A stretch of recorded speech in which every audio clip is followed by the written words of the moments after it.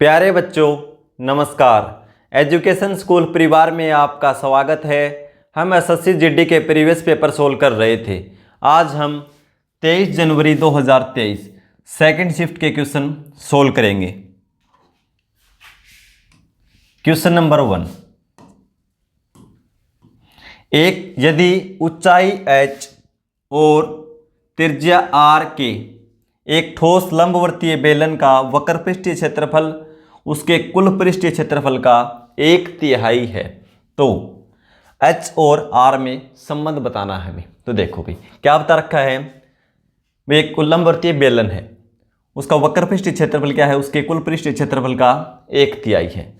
तो वक्र पृष्ठीय क्षेत्रफल क्या होता है बेलन का, 2πRh 2πRh। और कुल पृष्ठीय क्षेत्रफल क्या होता है बेलन का, 2πr into r plus h।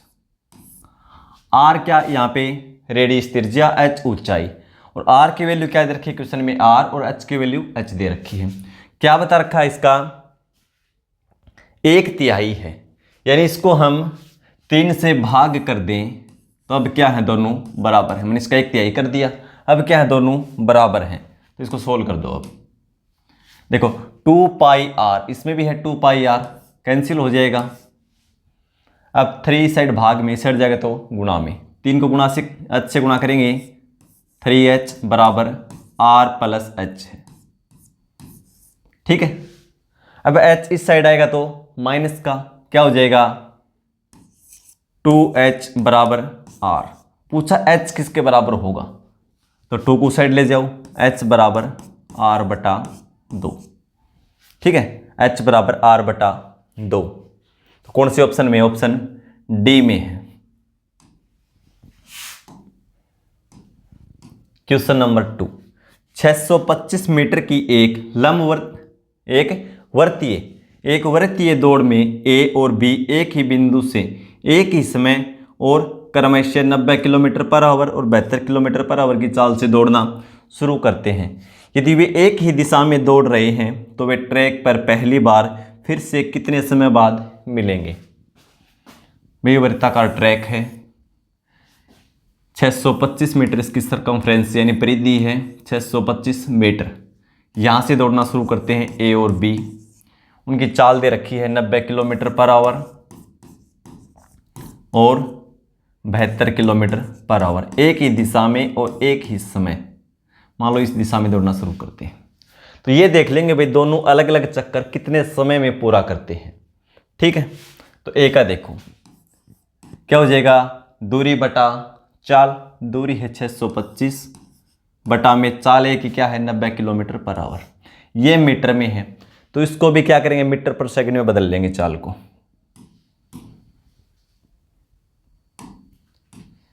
कितनी थी 90, तो दूरी बटा चाल, ये मीटर में 1 किलोमीटर पर आवर में, इसको क्या करेंगे मीटर पर सेकंड में बदल लेंगे, तो गुणा में 5/18, 18 ऊपर चला जाएगा। ठीक है, क्योंकि 1 किलोमीटर में 1000 मीटर और 1 घंटे में 3600 सेकंड है, इनको कैंसिल करते हैं तो 5/18 बचता है। ठीक है, 18 से 5 बार में, 5 गुणा 5 25, 25 से कैंसिल कर दो इसको 25 बार में, ए एक चक्कर पूरा करेगा 25 सेकंड में। ठीक है भाई, 25 सेकंड में। बी देखो अब वही सेम, दूरी बटा चाल, तो दूरी 625, चाल की क्या उसकी 72। ठीक है, 72 क्या थी ये किलोमीटर पर आवर, ये मीटर में है, तो इसको मीटर पर सेकंड में बदलेंगे, तो गुणा में 5/18, 18 से 4 बार में, 5 से 125 बार में। अब 4 से कैंसिल नहीं होगा, तो 125/4 सेकंड में। अब पता चल गया हमें ए एक चक्कर पूरा करता है 25 सेकंड में, बी 125/4 सेकंड में। अब क्या है, पूछा है कि वे ट्रैक पर पहली बार फिर से कितने समय बाद एक साथ मिलेंगे, ये पूछा गया है। तो भाई कहीं भी मिलो। ठीक है, तो क्या दोनों का समय का एलसीएम निकाल दो, एलसीएम निकाल देंगे। किस का निकालेंगे एलसीएम, 25 और 125/4 का। ठीक है, दोनों समय का एलसीएम निकाल देंगे। भिन्नों का एलसीएम कैसे निकालते हैं, एंस का एलसीएम, यानी 25 और 125 का एलसीएम निकालेंगे 125, और हर का HCF, तो इसका बटा में 1 है, 1 और 4 का HCF 1 ही आएगा, तो समय कितना है 125 सेकंड के बाद मिलेंगे। ऑप्शन डी हो जाएगा। क्वेश्चन नंबर 3 देखो, यदि एक कॉम्पैक्ट डिस्क की 30 प्रतियों की कीमत 140 रुपये है, तो उसी कॉम्पैक्ट डिस्क की 24 प्रतियों की कीमत कितनी होगी। सिंपल क्वेश्चन है भाई, 30 की कीमत कितनी है 140, एक की निकालेंगे 30 से भाग दे दो, पूछा क्या गया है 24 की निकालनी है, तो 24 से गुणा कर दो, 0 से 0, 3 से 8 बार में, तो 14 को 8 से गुणा करेंगे, 14 × 98, 14 × 8 112, 112 रुपये कीमत होगी। ऑप्शन सी हो जाएगा। क्वेश्चन नंबर 4, चक्रवृद्धि ब्याज की वह वार्षिक दर क्या है जिस पर कोई मूलधन 2 वर्षों में 500 रुपये और 3 वर्षों में 700 रुपये हो जाता है। भाई 2 वर्ष में तो वो 500 रुपये मूलधन हो जाता है, ये क्या है मूलधन प्लस ब्याज यानी मिश्रधन है। 2 वर्ष का मिश्रधन ये है और 3 वर्ष का मिश्रधन 700 रुपये है। जब ब्याज की गणना वार्षिक चक्रवृद्धि आधार पर की जाती है, तो क्या पूछा रेट पूछा है भाई, तो देखो 500 और 700, ये 2 वर्ष का मिश्रधन है, ये 3 वर्ष का मिश्रधन है। एक सिंपल सी बात है भाई, देखो ये 2 वर्ष का मिश्रधन है, तो ये क्या होगा तीसरे वर्ष के लिए तो मूलधन ही होगा, तीसरे वर्ष के लिए तो ये मूलधन होगा। मान लो अब क्या है समय कितना 1 वर्ष, ये 2 वर्ष का ये 3 का, समय बीच में कितना है 1 वर्ष का, तो ये तो तीसरे वर्ष के लिए मूलधन ही होगा ना। 2 वर्ष का तो मान लिया हमने ये क्या है मिश्रधन, लेकिन तीसरे वर्ष के लिए क्या है ये मूलधन है और ये मिश्रधन है 3 वर्ष बाद का। ठीक है, तो देखो इनका रेशियो निकाल दो। समय 1 वर्ष है तो 1 वर्ष में कितनी बढ़ती है 5 से 7, कितनी बढ़ी 5 से 7 2, किस पे 5 पे, प्रतिशत के लिए गुणा में 100, 5 से 20 बार में 20 गुणा 2, 40% क्या है रेट है भाई। ठीक है, क्योंकि देखो ये दूसरे वर्ष के का क्या है मिश्रधन, 2 वर्ष के बाद का मिश्रधन है, तो तीसरे वर्ष के लिए क्या होगा ये मूलधन ही हो जाएगा। तो 1 वर्ष का निकाल दो, 1 वर्ष का मूलधन ये मान लिया हमने और मिश्रधन ये मान लिया, रेट निकालना है। कोई धनराशि 500 से 700 हो जाती है 1 वर्ष में, समय तो 1 वर्ष से लगा बीच में, तो रेट निकाल दी 40%। Option B. क्वेश्चन नंबर 5 देखो, मोहन 1200 रुपये में एक कुर्सी खरीदता है, यदि वह इसे 1440 रुपये में बेचता है तो लाभ प्रतिशत क्या होगा। भाई खरीदता है 1200 में और बेचता है 1440 में, यानी ये सीपी है ये एसपी है। भाई इतने में खरीदेगा और 1440 में बेचेगा, तो लाभ कितना होगा इनका अंतर देख लो। भाई ज़्यादा में बेच रहा है तो लाभ होगा, कितना लाभ होगा 240 का। लाभ किस पे होगा कॉस्ट प्राइस पे, प्रतिशत के लिए गुणा में 100, 2 0 से 2 0, 12 से 2 बार में 1 0, यानी कितना लाभ होगा 20%। ऑप्शन ए हो जाएगा। क्वेश्चन नंबर 6 देखो, एक व्यक्ति बुलेट ट्रेन द्वारा 84 किलोमीटर प्रति घंटा की चाल से एक निश्चित दूरी तय करता है और बस द्वारा 66 किलोमीटर प्रति घंटा की चाल से प्रारंभिक बिंदु पर वापस लौटता है। समग्र यात्रा के लिए व्यक्ति की औसत चाल ज्ञात कीजिए। भाई कोई भी दूरी है, निश्चित दूरी है, यहाँ से यहाँ मान लो कोई ए पॉइंट है, ये बी पॉइंट है, एक्स की स्पीड से तो जाता है और वाई किलोमीटर प्रति घंटा की स्पीड से वापस आता है। सेम दूरी है, एक्स किलोमीटर प्रति घंटा की स्पीड से जाता है, वाई किलोमीटर प्रति घंटा की स्पीड से वापस आता है। औसत चाल निकालनी हो तो क्या करते हैं 2xy बटा x प्लस वाई, सिंपल है बिल्कुल। ठीक है, तो देखो 2xy यानी किस स्पीड से जाता है s 84, तो x की वैल्यू 84 ले लेंगे और y की वैल्यू 66 ले लेंगे, बटा दोनों को जोड़ दो, 84 और 66 को जोड़ेंगे 80 और 60 140 और 4 और 6 10 यानी 150। इसको सोल्व कर दो, 3 से कैंसिल हो जाएगा, 3 से 22 और 3 से 50। अब 2 से तो हो सकता है, फिर 5 से नहीं होगा, इससे अच्छा है कैंसिल मत करो अब। ठीक है, गुणा कर दो और क्या करो देखो इसको 100 बना लो, फिर गुणा करना आसान हो जाएगा। ऊपर भी 2 से गुणा कर दो और नीचे भी 2 से गुणा कर दो। ठीक है, 2 से गुणा कर दी, नीचे क्या हो जाएगा 50 गुणा 2 100 हो जाएगा ना। जो भी गुणा आए उसमें 2 अंकों के बाद दशमलव लगा दो। अब देखो ये हो गया 84, 84 को 2 और 2 4 से गुणा कर दो, 2 गुणा में 2 कितना होगा 4, 84 को 4 की गुणा कर लो, 4 चौके 16, 1 32 और 1 33, और इसको 22 से गुणा कर दो और बटा में कितना 100, 2 अंकों के बाद दशमलव लगा देना। ठीक है, तो 22 गुणा 6 132, 13 22 × 66 और 13 79, 7 66 और 7 73, 2 अंकों के बाद दशमलव लगाना है, तो 73.92 किलोमीटर पर आवर क्या हो जाएगा औसत चाल, 73.92, ऑप्शन बी हो जाएगा। क्वेश्चन नंबर 7 देखो, राबिया एक कार्य 12 दिन में समाप्त कर सकती है, सरिता उसी कार्य को 18 दिन में समाप्त कर सकती है। यदि वे मिलकर एक साथ कार्य करती हैं तो कार्य कितने दिनों में समाप्त हो जाएगा। एक तो राबिया और एक सरिता। राबिया करती है 12 दिन में, सरिता 18 दिन में, कुल काम के लिए दोनों का एलसीएम कितना आ जाएगा 36। अब देखो 12 से भाग देंगे, एक दिन में 3 यूनिट, ये एक दिन में 2 यूनिट, दोनों मिलकर 3 और 2 5 यूनिट, 36 को 5 से भाग दे दो।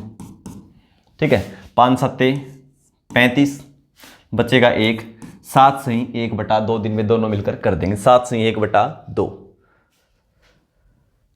तो देखो ऑप्शन में क्या दे रखा है भाई, ऑप्शन बी में दे रखा है, क्या दे रखा है 7 सही 2/10।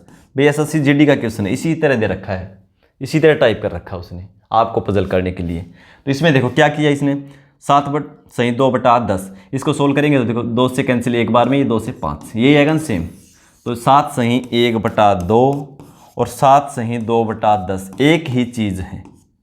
ठीक है भैया, आपको थोड़ा पजल करने के लिए दिया गया इस तरह ऑप्शन, पेपर में दे रखा आपको, मैंने नहीं बनाई है। ठीक है, तो 7 सही 1/5 हमारा आंसर आ जाएगा। सॉरी एक क्या था, 1/5 है भाई। ठीक है, 7 सही 1/5, 7 सही 1/5 है ना, बटा में 5 था, तो 7 सही 1/5, दोनों बराबर ही तो हैं, 2 से कैंसिल करेंगे 1, 2 से 5। ठीक है, तो ऑप्शन हमारा बी हो जाएगा। क्वेश्चन नंबर 8 पे चलो। कुणाल ने कोई वस्तु खरीदी और उसे 15% की हानि पर बेचा। यदि वह इसे 18% कम मूल्य पर खरीदता और 108 रुपये अधिक पर बेचता तो उसे 30% का लाभ होता। उस वस्तु का क्रय मूल्य ज्ञात कीजिए। बहुत अच्छा क्वेश्चन है, बिल्कुल सिंपल क्वेश्चन है। देखो कैसे करेंगे, एक मानो आप सीपी इस साइड और इस साइड लिखो एसपी। भाई सीपी हमने 100 मान लिया, उसका कॉस्ट प्राइस 100 रुपये।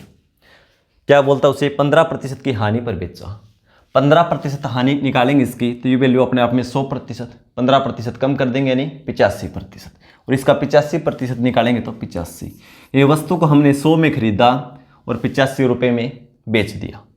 फिर बोलता है इसे 18% कम मूल्य पर खरीदता, 18% कम पर, ये वैल्यू अपने आप में 100%, 18 कम कर देंगे तो 82%, तो इसका 82% निकालो कितना आ जाएगा 82। कहने का मतलब ये है ये 100 में न खरीदता यानी उसको 82 रुपये में खरीदता और 108 रुपये अधिक पर बेचता तो उसे 30% का लाभ होता। तो यहाँ उसको लाभ कितना होता 30% का। 30% ये अपने आप में वैल्यू 100% है, 30% लाभ होगा तो इसकी वैल्यू 30% बढ़ जाएगी यानी इसकी वैल्यू हो जाएगी 130%। और 130% को हम क्या लिखते हैं 13/10। ये हो गया नया सीपी। तो नया एसपी और निकाल दो यहाँ से, कितना हो जाएगा। ठीक है, 13 और 82 की गुणा कर दो, 13 गुणा 2 26, 2 13 8 104 और 2 106, बटा में 10 है तो एक अंक के बाद दशमलव लगा दो। ठीक है, अब देखो ये पहले सीपी था, ये नया सीपी है, ये पहले एसपी था, ये नया एसपी है। अंतर कितना है इसमें, दोनों का अंतर कर दो, 15 और 6 21.6। तो ये पहले था एसपी, ये नया एसपी है, यानी विक्रय मूल्य पुराना, ये नया। 21.6 रुपये का अंतर है। लेकिन 21.6 का नहीं, क्वेश्चन में क्या बोला गया है वो देखो आप, 108 रुपये अधिक। 108, 21.6 का नहीं, अंतर कितना होना चाहिए 108 का। अब देखो अंतर 21.6 रुपये का है तो कॉस्ट प्राइस हमारा क्या है 100। अंतर 1 रुपये का हो तो कॉस्ट प्राइस कितना हो जाएगा 100 बटा 21.6। पॉइंट हटा लो, ऊपर जीरो चली जाएगी एक, यानी गुणा 10 हो गया, ठीक है। लेकिन अंतर है कितना रियल में 108, तो गुणा में 108, ठीक है। तो अब सीपी आ जाएगा। समझ पाए? ये देखो अंतर 21.6 है तो कॉस्ट प्राइस 100, अंतर 1 हो तो कॉस्ट प्राइस 100 बटा 21.6, मैं दशमलव हटा दिया तो ऊपर 10 से गुणा कर दिया, ठीक है। अंतर रियल में 108 है तो गुणा में 108, 108 से कैंसिल करेंगे 2 बार में, 2 से 500, तो रियल में उसका कॉस्ट प्राइस क्या था 500 रुपये। ऑप्शन बी हो जाएगा। क्वेश्चन नंबर 9 देखो, एक व्यक्ति की आय और बचत का अनुपात 7:3 है। यदि आय में 12% की वृद्धि हो और व्यय में 5% की वृद्धि हो तो उसकी बचत कितना प्रतिशत बढ़ जाएगी? दशमलव के 2 स्थान तक बताना है। उसकी एक तो आय है और एक खर्च और एक बचत की बात की गई है। यह बात आपको पता होगा भाई, आय में से खर्च घटाते क्या बचता है बचत, यानी बचत और खर्च को जोड़ दे दोनों को, किसके बराबर होता है वो उसकी इनकम के, ठीक है। अब देखो दे क्या रखा इसमें, आय और बचत, यानी इनकम कितनी उसकी 7, तो बचत कितनी है 3, बचत 3 है भाई। 7 रुपये कमाता है 3 बचाता है तो खर्च कितने हैं 4, सिंपल ही बात है, दोनों बराबर होती है, ठीक है भाई। इतनी बात समझ में आई आपको। फिर देखो क्या है, उसकी इनकम में 12% की वृद्धि होती है, तो क्या करो ऐसी संख्या मान लो जो हमें काटने में दिक्कत ना आए, तो क्या करो 100 से गुणा कर दो। इनकम मान लो 700, तो ये हो जाएगा 400 और ये हो जाएगा 300, तो हो गया 400 300 700। अब देखो उसके आय में 12% की वृद्धि होती है, ये वैल्यू अपने आप में 100% है, 12% बढ़ जाएगी तो इसकी वैल्यू हो जाएगी 112%, और 112% इसका निकाल दो, ठीक है। तो बढ़ने के बाद कितना आ गया 2 जीरो से 2 जीरो, 112 को 7 से गुणा करेंगे 700 और 12 7 84, यानी उसकी इनकम हो गई अब 700 से 784 हो गई, और उसका खर्च कितना बढ़ गया 5%।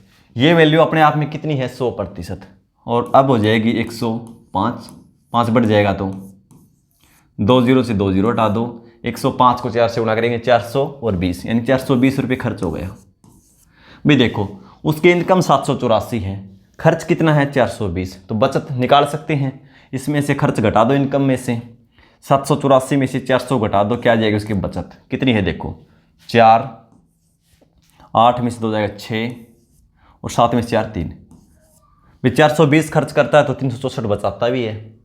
अब पूछा है उसके बचत में कितना प्रतिशत बढ़ जाएगी उसकी बचत, पहले बचत 300 थी अब कितनी हो गई 364, कितनी बढ़ी 64, किस पे 300 पे, और प्रतिशत के लिए गुणा में 100, 2 जीरो से 2 जीरो, 64 बटा 3, 21 दिए 63, बचेगा 1, तो 0.33 चलता रहेगा ऐसे, ठीक है। यानी 21.33% उसकी बचत बढ़ जाएगी। ऑप्शन ए हो जाएगा। क्वेश्चन नंबर 10 देखो भाई, एक व्यक्ति 75 किलोमीटर पर आवर की गति से 4 घंटे कार चलाता है और 90 किलोमीटर प्रति घंटे की गति से अगले 6 घंटे कार चलाता है। पूरी यात्रा के दौरान कार की औसत चाल ज्ञात कीजिए। तो कुल दूरी बटा कुल लिया गया समय, तो कुल दूरी देखो कितनी हो जाएगी, पहले 75 की स्पीड से कार चलाता है और कितने समय चलाता है 4 घंटे, तो 75 को 4 से गुणा कर दें, दूरी आ जाएगी 4 घंटे में कितनी कवर की। फिर 90 की स्पीड से चलता है कितने घंटे 6 घंटे, तो 90 को 6 से गुणा कर दो, दूरी आ जाएगी। कुल निकालनी है तो दोनों को जोड़ दो, बटा में ये होगी कुल दूरी बटा में कुल लिया गया समय, तो कुल समय 4 घंटे और 6 घंटे 10 घंटे, 10 से भाग कर देंगे। तो देखो ये कितना हो जाएगा, 75 को 4 से करेंगे तो 20, 2 28 300 और ये 540, जोड़ेंगे तो 300 और 500 800 और 40 840 और बटा में 10, 0 से 0 क्या आ जाएगा 84 kilometre per hour, 84 kilometre per hour औसत चाल। ऑप्शन सी हो जाएगा। क्वेश्चन नंबर 11, एक थैले में 50 किलोग्राम दाल है, 3 दालें हैं। एक थैले में 50 किलोग्राम दाल है, दालें भी कितनी हैं 3। ए बी सी जो इसमें 4:3:3 के अनुपात में मिश्रित है। दालों ए बी और सी की कीमतें, भाई ए और बी और सी की कीमत दे रखें अलग अलग, 80 रुपये प्रति किलोग्राम, 60 रुपये प्रति किलोग्राम और 80 रुपये प्रति किलोग्राम है। दालों के 1 किलोग्राम मिश्रण का औसत मूल्य क्या होगा। इस क्वेश्चन को सोल्व करके आंसर कमेंट बॉक्स में लिखेंगे। मिलते हैं अगली क्लास में। धन्यवाद।